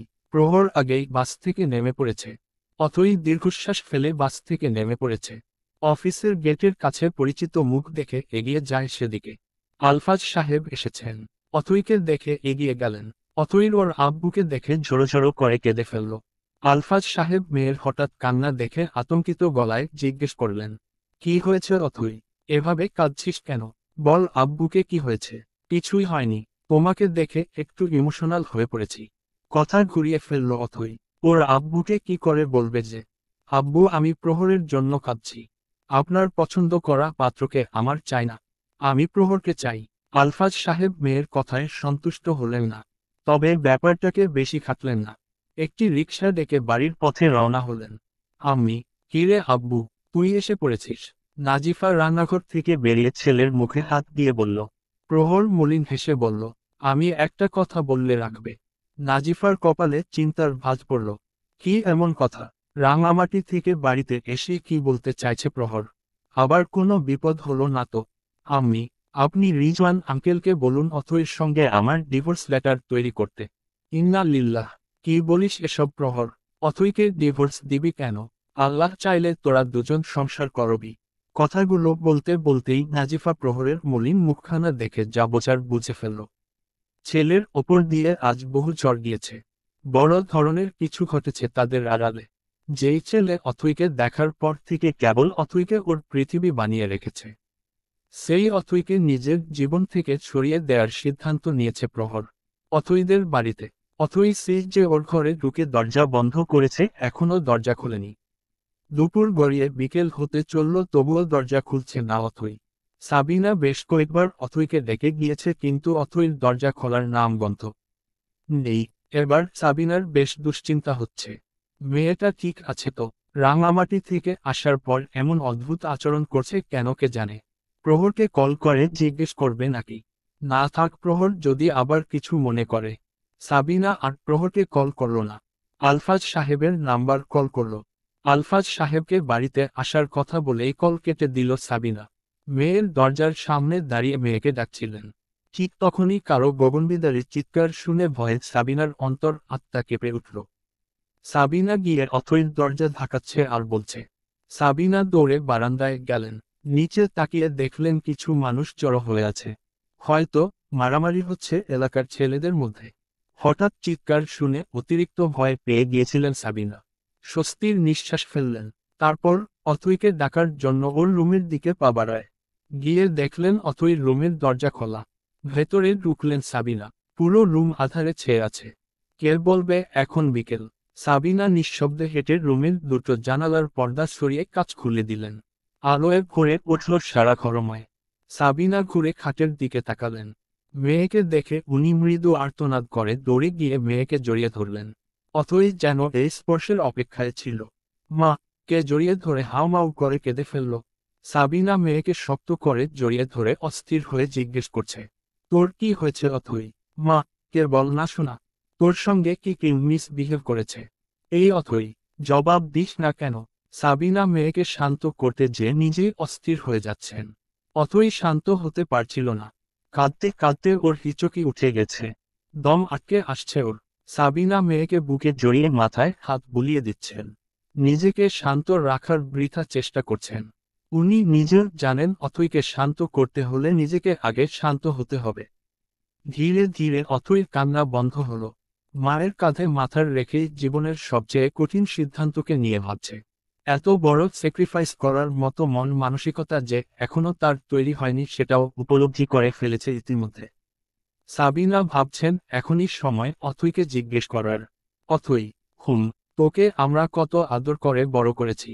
সেই তুই যদি হুট করে মায়ের গলা জড়িয়ে ধরে কাঁদিস তবে কেমন লাগবে আমার বল? জানিস বুকের বা পাঁজরের কাছে মনে হচ্ছে কেউ বড় পাথরের বোঝা তুলে দিয়েছে। তোর কান্না দেখলে আমার দম বন্ধ হয়ে আসে। কি হয়েছে মা? কে বল, বলে তো দেখ মা সমাধান করতে পারি কিনা। মায়ের কথায় অথইর যেন দুঃখ আরো বেড়ে যাচ্ছে, চোখের পানি ছাপিয়ে বের হচ্ছে। এতটা অসহায় কেন লাগছে আজ? মানুষটাকে রিজেক্ট করার পর মনে হচ্ছে সে নিজেকেই নিজে প্রত্যাখ্যান করেছে। তোর আব্বুর সঙ্গে শেয়ার করবি, আমাকে বলার প্রয়োজন নেই। তোদের বাপ মেয়ের কোনো ব্যাপারে আমি ছিলাম না আমি কোনোদিন, আজও থাকবো না। তোর বাবা কিছুক্ষণের মধ্যেই চলে আসবে, তার সঙ্গেই বলিস তোর ব্যাপারে। আব্বুকে আমি কিছুই জানাতে পারবো না মা, আব্বু শুনতে পারলে ভীষণ কষ্ট পাবে, বলবে আমি তার কথার সিদ্ধান্তের মান রাখিনি। কি বলছিস তুই এসব? তোর আব্বুর কোন সিদ্ধান্তের কথা বলছিস? মা আমি একজনকে পছন্দ করি। অথইর কথাটি বলতে না বলতেই কেঁদে ফেলল। সাবিনা মেয়ের মুখের দিকে তাকিয়ে রইল, তারপর ফিক করে হেসে বলল, ওমা এতে কান্না করার কি আছে? পছন্দ করিস ভালো কথা। কে সে? তাকে আমাদের সামনে নিয়ে আয়, পরিচয় করিয়ে দে। তাকে আমি বারণ করে দিয়েছি, বলেছি আমি অন্য কারোর সাথে কমিটেড। প্রথমে সাবিনা মেয়ের কথার আগাগোড়া কিছুই বুঝতে পারলেন না, কিন্তু কমিটেড শব্দটা শোনার পর ভ্রু কুঞ্চিত করে অথইর হাত ধরে শক্ত গলায় জিজ্ঞেস করলেন, উইকার সঙ্গে কমিটেড অথই? ইজি ফুপি কল করেছিল কাল, উনি আমাকে সবটা বলেছে। ইজি? হ্যাঁ মা, ইজি ফুপি সব বলেছে। ছোটবেলায় যে তোমরা আমার বিয়ে দিয়েছ এটাও বলেছে আমাকে। আমি নাকি আব্বুকে দুশ্চিন্তায় রেখেছি, আমার জন্যই নাকি আব্বুর 12 মাস প্রেসারের ওষুধ খেতে হয়। তাছাড়া আমি যদি তোমাদের সেই পাত্রকে মেনে না নেই, আব্বুর এবং তোমার এই সমাজে মান মর্যাদা কমে যাবে। সবাই তোমাদের প্যারেন্টিং নিয়ে প্রশ্ন তুলবে। তোমাদের জন্য আমার জীবন সদা সর্বদা বিসর্জন দিতে তৈরি আছি। আমার কারণে তোমরা কখনো কারোর সামনে মাথা নত করনি, করবেও না। তোমাদের জন্য আমি এমন হাজারটা স্যাক্রিফাইস করতে পারি মা। তোমাদের ভালোবাসার সামনে পৃথিবীর সকল ভালোবাসা তুচ্ছ। অথইর কান্নারত মুখের দিকে তাকিয়ে সাবিনা অসহায় হয়ে তাকিয়ে রইল। কতগুলো বছর ধরে মেয়েটার কাছ থেকে ঘটনাটি লুকিয়ে রেখেছিল, আর ইতি কিনা মেয়েটাকে সবটা জানিয়ে দিল। একটিবার তাদের জিজ্ঞেস করার প্রয়োজন বোধ করল না। একটিমাত্র মেয়ের ইচ্ছা অনিচ্ছাকে সবসময় প্রাধান্য দিয়ে এসেছে ওর বাবা এবং মা। বিয়ের মতো একটা সেন্সিটিভ ইস্যুকে দুই বান্ধবী মিলে আবেগের বশে এসে দুটো ছেলে মেয়ের বুঝো হবার আগে বিবাহ বন্ধনে আটকে ফেলেছে। যতদিনও উনারা বুঝতে পারলেন যে উনাদের সিদ্ধান্ত ভুল হয়েছে ততদিনে বড্ড দেরি হয়ে গেছে। আজ মেয়ে কাঁদছে কারণ তার পছন্দের মানুষকে সে রিজেক্ট করেছে, কারণ তার বাবা মায়ের সম্মানের দিকে যে তাকে তাকাতে হবে এই ভেবে। সাবিনা জানে না এই পরিস্থিতি কি করে সামাল দেবেন। নিজের মেয়েকে তো আর কষ্ট দিতে পারবেন না। গোল্লায় যাক দুনিয়া, অথই যাকে পছন্দ করেছে তার সঙ্গেই অথইর বিয়ে হবে। অথইর বাবা এলেই আজ রাতের মধ্যে নাজিফার সঙ্গে কথা বলে অতি শীঘ্রই প্রহর এবং অথইর ডিভোর্স সম্পন্ন করার ব্যবস্থা করতে হবে।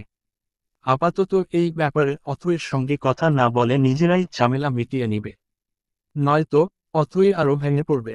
যে সম্পর্কের কোনো ভিত্তি নেই সেই সম্পর্কের বিচ্ছেদ অনুষ্ঠান এতটা আয়োজন করে কেন করতে হবে?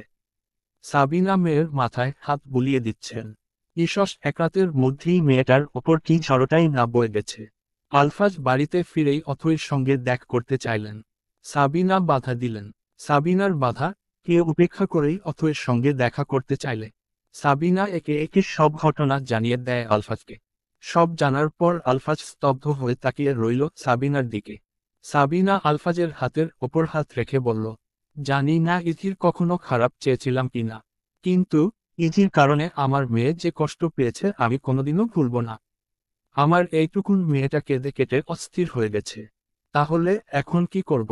নাজিফা আপাকে কল করে জানাবো যে অথই সব জেনেছে। জানার পর ও বলছে যে ও বিয়ে মানে না। তাই বলে দাও, আমাদের মেয়ে আমাদের জন্য জীবনের চমৎকার এবং সবচেয়ে গুরুত্বপূর্ণ সম্পর্কের কাছে আত্মসমর্পণ করে সারা জীবন আফসোস করুক, আমরা তা চাই না। আমরা মেয়ের মুখের হাসির কারণ হতে চাই, কান্নার কারণ মোটেও হতে চাই। প্রহর মির্জায় যে ওর স্বামী এটা কি জানে অথই, নাকি কেবল বিয়ের কথাই শুনেছে? আলফাজের কথায় সাবিনার কপালের চিন্তার ভাঁজ পড়ল। বিচ্ছিন্ন ভাবনাকে একপাশে রেখে সাবিনা বলল, ইজি যেহেতু এত কিছুই বলেছে তাহলে প্রহরের নাম এবং পরিচয় নিশ্চয় জানিয়েছে। আর অথইর ব্যাপারে তো জানোই, ও যে প্রহরকে মোটেও পছন্দ করে না এটা তোমার আমার চেয়ে ভালো কে জানে। অথই আর প্রহরের অফিসে যেতে পারল না। বলতে গেলে ইচ্ছে করেই যায়নি। কি দরকার শুধু শুধু মনটাকে পোড়ানোর? বিরহ দহনের মন পোড়ার গন্ধে এমনিতেই ঘুম আসে না অথইর। গত 7 দিন ধরে অথই নিজেকে বোঝানোর আপ্রাণ চেষ্টা করছে। দিন শেষে নিজেই নিজের কাছে হেরে যাচ্ছে। কোনো যুক্তির মারপ্যাচে প্রহরকে ভুলতে পারছে না অথই। এদিকে ওর বাবা মা বারবার তার পছন্দের মানুষের নাম জানতে চাইছে। অথইর একটাই কথা, আগে তোমরা সবকিছু ঠিক করো, তারপর তার নাম জানাবো, পরিচয় জানিয়ে দেব।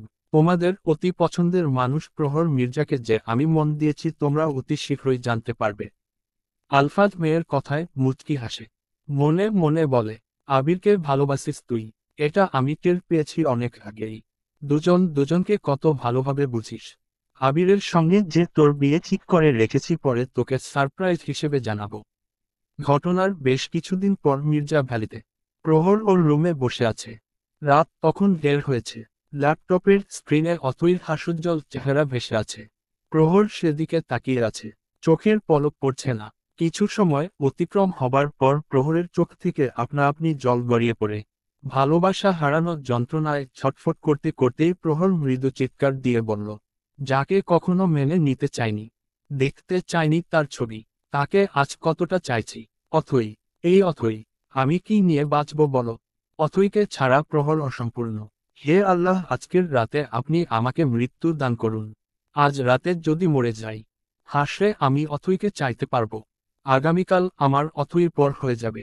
অথই আমার জন্য হারাম হয়ে যাবে। পুরুষ মানুষ চিৎকার করে কাঁদতে পারে না ঠিকই, কিন্তু তাদের হৃদয়ে যতটা অনুভূতি লুকানো থাকে তা উপলব্ধি করার ক্ষমতা এই পৃথিবীতে কারোর নেই। প্রহরের অন্তদেহে সবটা নিঃশেষ হয়ে যাচ্ছে। দেহের বাইরে কে জানবে কতটা ভাঙচুর দেহের অন্দরে হচ্ছে। প্রহর, আগামী পরশু দিন তোদের ডিভোর্স হবে। ভালো। আম্মিকে জবাব দিয়ে দীর্ঘশ্বাস ছাড়ল প্রহর। বুকের ভেতর ভাঙন চলছে, তা কি করে বোঝাবে কাউকে।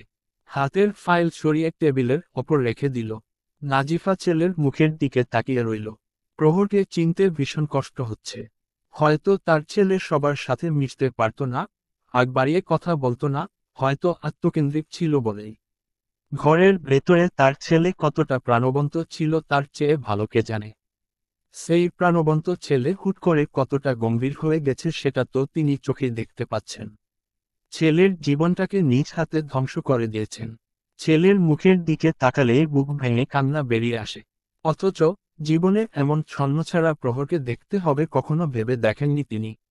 নাজিফা নিজেকে আর দমিয়ে রাখতে পারলেন না। শক্ত গলায় প্রহরকে বললেন, তুই শুধু একবার রাজি হয়ে দেখ। অথইকে আমি যে করেই হোক এই বাড়িতে নিয়ে আসব। হোক আইনের মারপ্যাচে কিংবা সাবিনার ওপর প্রেশার ক্রিয়েট করে, তবুও তুই রাজি হ। অথইকে আমি তোর করেই ছাড়ব। তোকে আমি কখনো এমন রূপে দেখব আমি কল্পনাও করিনি প্রহর। মা হয়ে তোর জীবনটাকে নষ্ট করে দিলাম। প্রহর মলিন চোখে ওর মায়ের দিকে চেয়ে রইল। নাজিফা ছেলের চোখের ভাষা বুঝতে চেষ্টা করল। আমি সংসার জোর করে হয় না। অথইকে ধরে বেঁধে আমার সঙ্গে সংসার করতে বাধ্য করলে সেও আমার একসময় হাল ছেড়ে দিয়ে আমার সঙ্গে সংসার করবে। এটাকে তখন সংসার নয়, জেলখানার কয়েদিরা যেমন কারাবাস ভোগ করে ঠিক তেমনই মনে হবে। অথৈর শরীর থাকবে আমার সংসারে আর মন থাকবে অন্য কারো কাছে। শেষের বাক্য বলার সময় প্রহর মৌনতা গ্রহণ করল, যার দরুন নাজিফা শুনতে পেল না প্রহরের মনের কথা। ছেলের কথায় নাজিফা আর কিছু বলার মতো খুঁজে পেল না। এমন সময় নাজিফার মোবাইলে কল এলো। লয়ার রিজওয়ান কল করেছে। নাজিফা প্রহরের সামনে কল রিসিভ করল। মিনিট 5 কথা হলো তাদের মাঝে। নাজিফা কল কেটে দিল। প্রহর ওর আম্মির মুখের দিকে তাকিয়ে রইল। নাজিফার ছেলের দিকে তাকিয়ে বলল, পরশুদিন তোদের ডিভোর্স হবে, তবে লিখিতভাবে নয়, মৌখিকভাবে। পারবি তো তুই অথৈকে তালাক দিতে? আবারও ভেবে দেখ বাপ, এখনও সময় আছে। যেন প্রহরের হৃদস্পন্দন যেন থমকে গেছে। যেন শিরা উপশিরায় রক্ত বহমান নেই। মস্তিষ্কের প্রত্যেকটি স্নায়ুর আন্দোলন কার্যক্ষমতা কমে যাচ্ছে। যার এত সুখী জীবন, তার মনে হচ্ছে পৃথিবীর সকল সুখ আদৌ সে পায়নি। জীবনের সকল পূর্ণতা অথৈকে না পাওয়ার আক্ষেপে অপূর্ণতার মেঘে এসে আড়াল করে দেবে। রাত 12টা, প্রহর জেগে আছে। ওর ঘরের সঙ্গে লাগোয়া ব্যালকনিতে দাঁড়িয়ে আজ ঢাকার রাতের আকাশকে দেখছে। বিশাল আকাশের দিকে তাকিয়ে প্রহর তৃষ্ণার্ত গলায় বলছে, ভালোবাসারা ভালো নেই। ভালোবেসে মানুষ কেবল ধ্বংস হয়, শূন্যতাকে আঁকড়ে বাঁচে। ভালোবাসার মানুষের জন্য স্পন্দিত হৃদয় ধীরে ধীরে স্পন্দনের মৃত্যুর স্বাদ গ্রহণ করে। নিজের চোখে দেখা স্বপ্নগুলোর মৃত্যুর একমাত্র সাক্ষী নিজেই হয়। আমার পরিণতিও কি তবে তাদের মতোই হবে? না, আর পারছে না। অথৈকে ভালোবেসেও পেলাম না।